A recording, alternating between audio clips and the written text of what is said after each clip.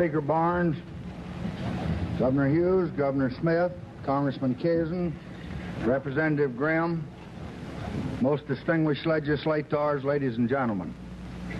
I deeply appreciate this opportunity to appear before an organization whose members contribute every day such important work to the public affairs of our state and of our country. This evening, I came here to speak to you about Vietnam. I do not have to tell you that our people are profoundly concerned about that struggle. There are passionate convictions about the wisest course for our nation to follow. There are many sincere and patriotic Americans who harbor doubts about sustaining the commitment that 3 presidents and 500,000 of our young men have made. Doubt and debate are enlarged because the problems of Vietnam are quite complex. They are a mixture of political turmoil, of poverty, of religious and factional strife, of ancient servitude, and modern longing for freedom.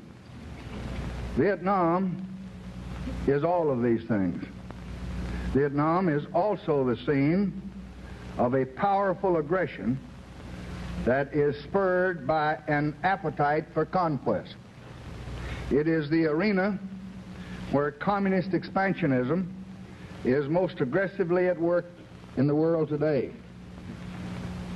where it is crossing international frontiers in violation of international agreements, where it is killing and kidnapping, where it is ruthlessly attempting to bend free people to its will.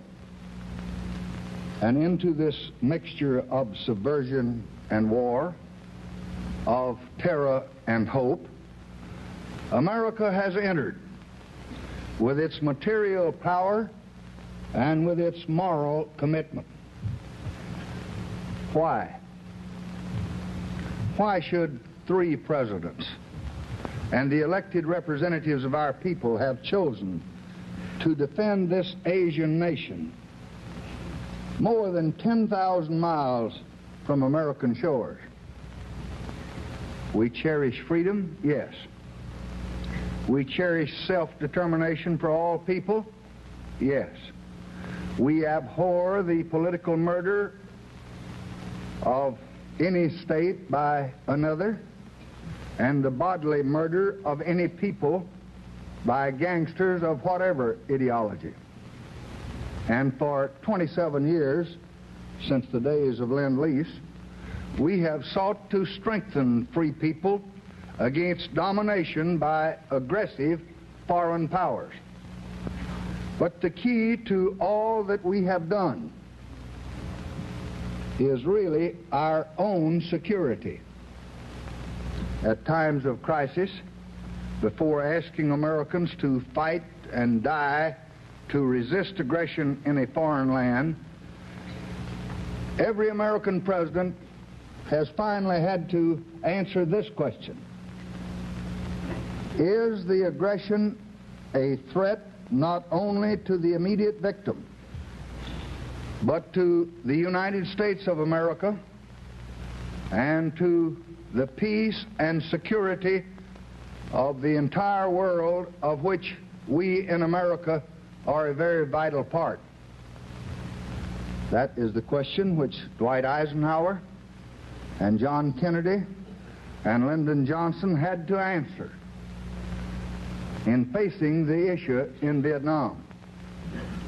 That is the question that the Senate of the United States answered by a vote of 82 to 1 when it ratified and approved the SEATO Treaty in 1955, to which the members of the United States Congress responded.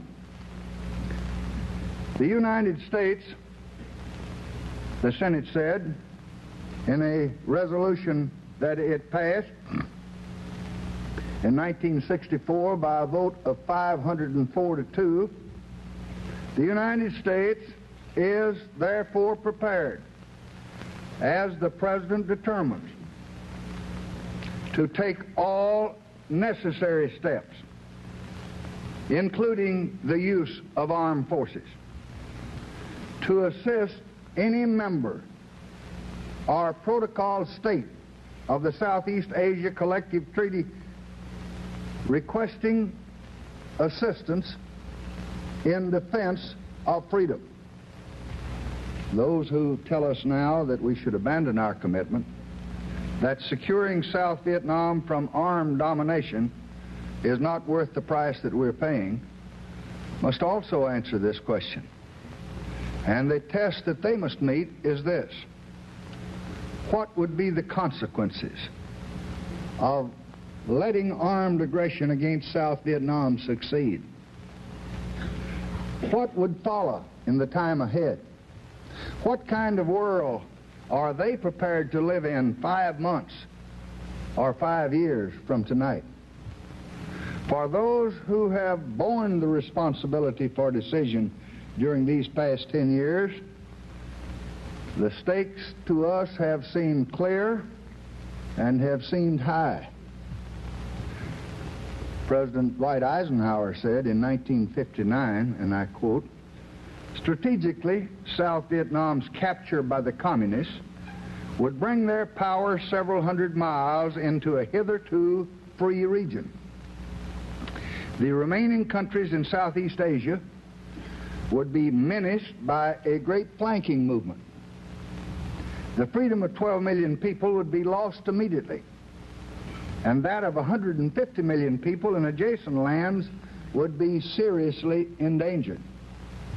The loss of South Vietnam would set in motion a crumbling process that could, as it progressed, have grave consequences for us and for freedom." And President John F. Kennedy said in 1962, "Withdrawal in the case of Vietnam and in the case of Thailand might mean a collapse of the entire area." A year later, he reaffirmed, and I quote, "that we are not going to withdraw from that effort. In my opinion, for us to withdraw from that effort would mean a collapse not only of South Vietnam, but Southeast Asia. So we are going to stay there," said President Kennedy. And this is not simply an American viewpoint, I would have you legislative leaders know. I'm going to call the roll now of those who live in that part of the world, in the great arc of Asian and Pacific nations, and who bear the responsibility for leading their people and the responsibility for the fate of their people. The President of the Philippines had this to say: "Vietnam is the focus of attention now. It may happen to Thailand or the Philippines or anywhere, wherever there is misery, disease, ignorance. For you to renounce your position of leadership in Asia is to allow the Red Chinese to gobble up all of Asia." The Foreign Minister of Thailand said, "The American decision will go down in history as the move that prevented the world from having to face another major conflagration." The Prime Minister of Australia said, "We are there because while communist aggression persists, the whole of Southeast Asia is threatened." And President Pak of Korea said, "For the first time in our history, we decided to dispatch our combat troops overseas because in our belief, any aggression against the Republic of Vietnam represented a direct and grave menace against the security and the peace of free Asia, and therefore directly jeopardized the very security and freedom of our own people." And the Prime Minister of Malaysia warned his people that if the United States pulled out of South Vietnam, it would go to the communists. And after that, it would be only a matter of time until they moved against neighboring states. And Prime Minister of New Zealand said, "We thank God that America at least regards aggression in Asia with the same concern as it regards aggression in Europe, and is prepared to back up its concern with action." And the Prime Minister of Singapore said, "I feel that the fate of Asia, South and Southeast Asia, will be decided in the next few years by what happens in Vietnam. I cannot tell you tonight, as your president, with a certainty, that a communist conquest of South Vietnam would be followed by a communist conquest of Southeast Asia. But I do know there are North Vietnamese troops in Laos. I do know that there are North Vietnamese trained guerrillas tonight in northeast Thailand. I do know that there are communist-supported guerrilla forces operating in Burma.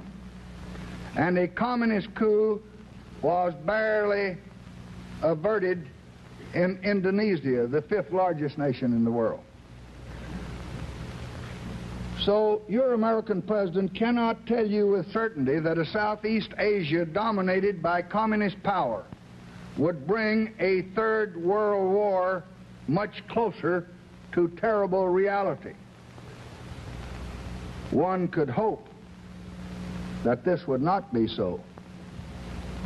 But all that we have learned in this tragic century strongly suggests to me that it would be so.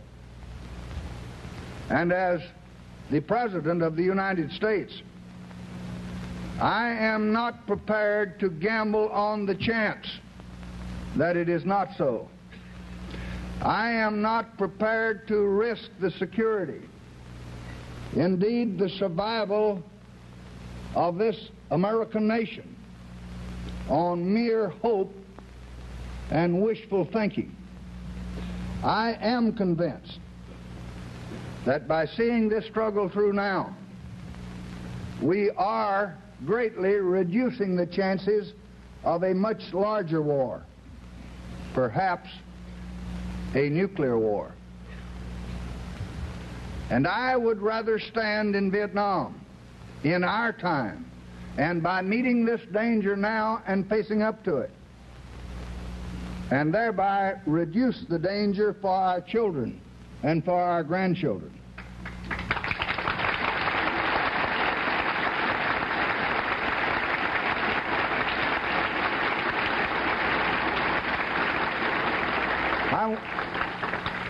I want to turn now to the struggle in Vietnam itself. There are questions about this difficult war that must trouble every really thoughtful person. And I'm going to put some of these questions, and I'm going to give you the very best answers that I can give you.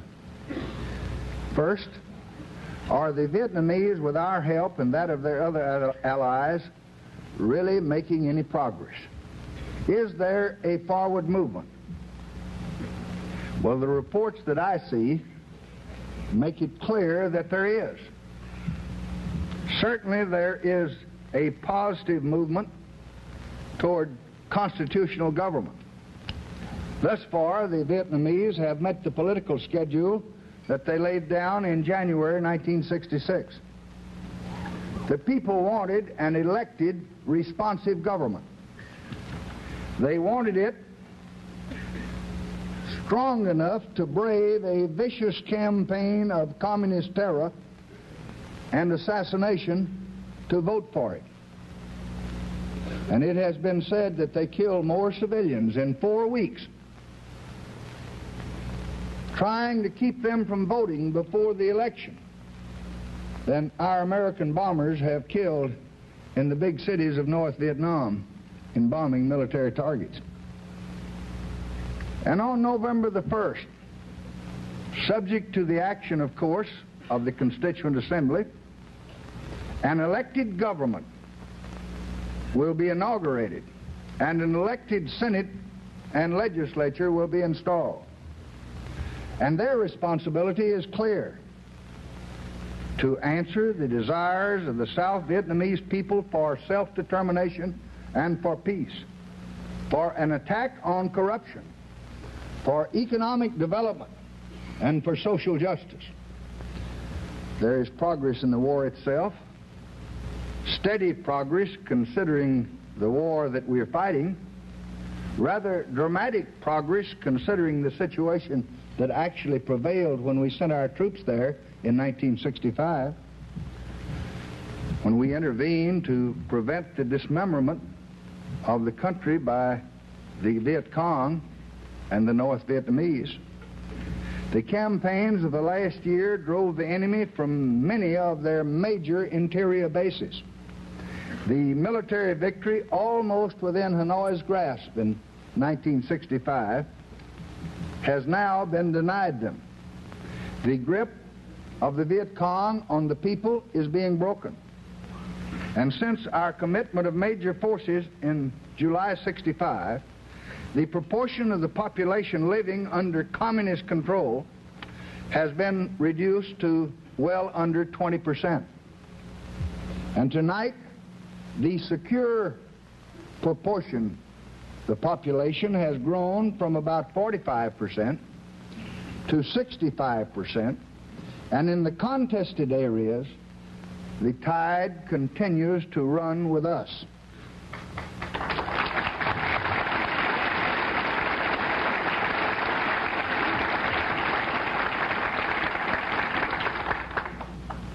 But the struggle remains hard. The South Vietnamese have suffered severely, as have we, particularly in the First Corps area in the north, where the enemy has mounted his heaviest attacks and where his lines of communication to North Vietnam are shortest. Our casualties in the war have reached about 13,500 killed in action and about 85,000 wounded. Of those 85,000 wounded, we thank God that 79,000 of the 85,000 have been returned or will return to duty shortly, thanks to our great American medical science and the helicopter.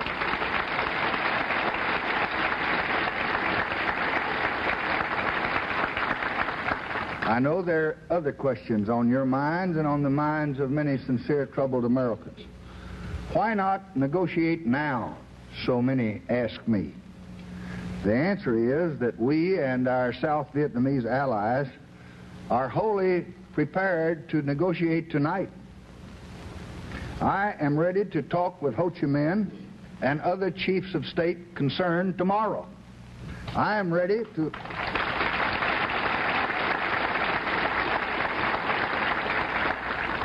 I am ready to have Secretary Rusk meet with their foreign minister tomorrow. I am ready to send a trusted representative of America to any spot on this earth to talk in public or private with a spokesman of Hanoi. We have twice sought to have the issue of Vietnam dealt with by the United Nations, and twice Hanoi has refused. Our desire to negotiate peace through the United Nations or out has been made very, very clear to Hanoi, directly and many times through third parties. As we have told Hanoi time and time and time again, the heart of the matter is really this. The United States is willing to stop all aerial and naval bombardment of North Vietnam when this will lead promptly to productive discussions. We, of course, assume that while discussions proceed, North Vietnam would not take advantage of the bombing cessation or limitation. But Hanoi has not accepted any of these proposals. So it is by Hanoi's choice and not ours, and not the rest of the world, that the war continues.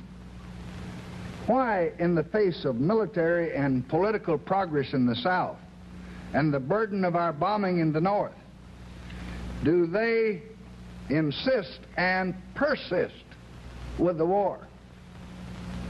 From many sources, the answer is the same. They still hope that the people of the United States will not see this struggle through to the very end. As one Western diplomat reported to me only this week, he had just been in Hanoi, and he said, and I quote, "They believe their staying power is greater than ours, and that therefore they can't lose." And a visitor from a communist capital had this to say: "They expect the war to be long, and that the Americans in the end will be defeated by a breakdown in morale, fatigue, and psychological factors." The premier of North Vietnam said as far back as 1962, and I quote, "Americans do not like long, inconclusive war. Thus, we are sure to win in the end." Well, are the North Vietnamese right about us? I think not. No, I think they're wrong. I think it is the common failing of totalitarian regimes that they can not really understand the nature of our democracy. They mistake dissent for disloyalty. They mistake restlessness for a rejection of policy. They mistake a few committees for a country. They misjudge individual speeches for public policy. They are no better suited to judge the strength and perseverance of America than the Nazi and the Stalinist propagandists were able to judge it. And it is a tragedy that they must discover these qualities in the American people and discover them through a bloody war. And soon, or late, they will discover them. In the meantime, it shall be our policy to continue to seek negotiations, confident that reason will someday prevail, that Hanoi will realize that it just can never win, that it will turn away from fighting and start building for its own people. Since World War II, this nation has met and has mastered many challenges. Challenges in Greece and Turkey, in Berlin, in Korea, in Cuba. We met them because brave men were willing to risk their lives for their nation's security. And braver men have never lived than those who carry our colors tonight in Vietnam at this very hour.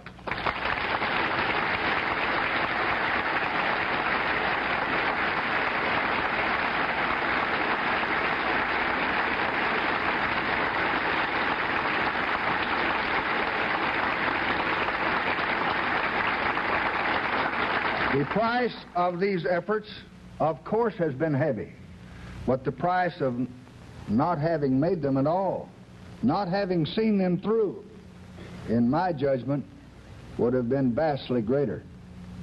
Our goal has been the same in Europe, in Asia, in our own hemisphere.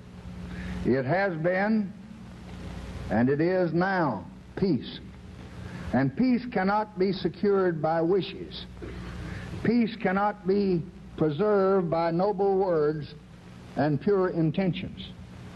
Enduring peace, Franklin D. Roosevelt said, cannot be bought at the cost of other people's freedom. The late President Kennedy put it precisely in November 1961 when he said, "We are neither warmongers nor appeasers. We are neither hard nor soft. We are Americans, determined to defend the frontiers of freedom by an honorable peace, if peace is possible, but by arms, if arms are used against us." And so the true peacekeepers in the world tonight are not those who urge us to retire from the field in Vietnam, who tell us to try to find the quickest, cheapest exit from that tormented land, no matter what the consequences to us may be. The true peacekeepers are those men who stand out there on the DMZ at this very hour, taking the worst that the enemy can give. The true peacekeepers are the soldiers who are breaking the terrorist grip around the villages of Vietnam. The civilians who are bringing medical care and food and education to people who have already suffered a generation of war. And so I report to you that we are going to continue to press forward. Two things we must do and two things we shall do. First, we just must not mislead the enemy. Let him not think that debate and dissent will produce wavering and withdrawal. For I can assure you they won't. Let him not think that protest will produce surrender, because it won't. Let him not think that he will wait us out, for he won't. Second, we will provide all that our brave men require to do the job that must be done, and that job's going to be done.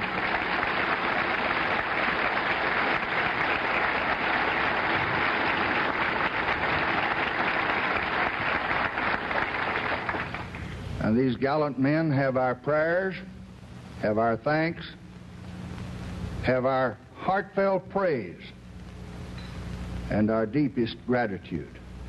And let the world know that the keepers of peace will endure through every trial, and that with the full backing of their countrymen, they are going to prevail.